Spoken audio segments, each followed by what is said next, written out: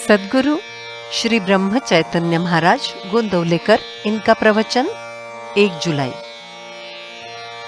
गुरु की आवश्यकता क्यों है? व्यवहार में भी हम गुरु करते हैं, फिर उससे अधिक कठिन ज्ञान प्राप्त कराने के लिए गुरु की आवश्यकता नहीं होगी, ऐसा कहने से काम सफल कैसे होगा? गृहस्थी में सुख दुख हुआ, संतोष नहीं हुआ, तो फिर सच्चा सुख किसमें है और उसके लिए मुझे सही रास्ता कौन दिखाएगा? ऐसी लगन जिसे होगी वही गुरु करने की ताक में रहेगा। गृहस्थी हमें कटु लगेगी, तभी शिष्य बनने का सवाल पैदा होगा। जिसके मन में सीखने की इच्छा होगी वो शिष्य, और जो सिखाता है वो गुरु। जिसे ऐसा लगता है कि मुझे कुछ समझता नहीं है, वही गुरु करेगा। कुछ लोग कहते हैं हम राम राम का जप करते हैं, बुरे रास्ते से नहीं चलते हैं, फिर गुरु की क्या आवश्यकता है? इसमें मैं करता हूं ये भावना बाधा है, और इसीलिए सद्गुरु की आवश्यकता होती है। सत्कर्म करने का अभिमान यदि हम में निर्माण हुआ तो इसका अर्थ ये हुआ कि हम राम को भूल गए हैं। अभिमान नष्ट होने के सिवाय राम की प्राप्ति नहीं होगी।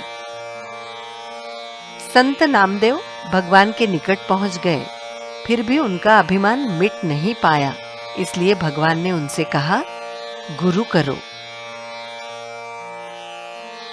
संत कृपा से बीमारी हट गई, इसलिए उसे गुरु मानना योग्य नहीं है। जो शिष्य को विषय वासना में आकृष्ट करेगा उसे गुरु कैसे कहा जाए? जो कुछ चमत्कार करके दिखाता है उसे हम बाबा कहते हैं। संतों की परीक्षा हम बाह्यांगों से करते हैं, जो गलत है। सभी प्राणियों में भगवान है ऐसा समझ पाएगा वही संत की सत्य परख कर पाएगा। संत के सहवास में आने पर अपने मन पर जो परिणाम होता है उसी से संत की परीक्षा की जाए। मेरा चित्त जहां निर्विषय होगा वही संत का सच्चा स्थान है, अर्थात जिस व्यक्ति के कारण विषय भावना नष्ट होगी वही व्यक्ति संत है, ऐसा समझें। जिसे भगवान की प्राप्ति की तड़पन है उसे ही शिष्य कह सकते हैं। जो गुरु की आज्ञा का उल्लंघन नहीं करता और गुरु ही को भगवान की प्राप्ति का साधन मानता है, वही सच शिष्य है।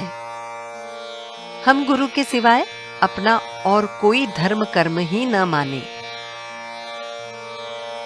कुछ कन्नड़ निवासी महाराष्ट्र में आए। वे मराठी नहीं जानते थे। उन्होंने एक दुभाषी से सहायता ली और वे उसके साथ घूमते रहे। उनकी चिंता और जिम्मेदारी दुभाषी को थी। उसी प्रकार हमें दुभाषी का अर्थात सद्गुरु का सहवास करना चाहिए। वो जहां जाने को कहेगा वहां जाएं, वो जैसा कहेगा वैसा करें, फिर परमात्मा की प्राप्ति होगी। शास्त्र और वेद अनंत हैं। ये सब सीखने के लिए हमारे पास समय कहाँ है? सद्गुरुओं ने मक्खन की तरह सभी साधनों का सार, जो नामस्मरण हमें दिया है, वही हम करते रहें, जिससे भगवान के प्रति प्रेम पैदा होगा ही। बाजार में पहुंचने पर जो माल बहुत महंगा न हो और हमारे अनुकूल हो वही खरीदे।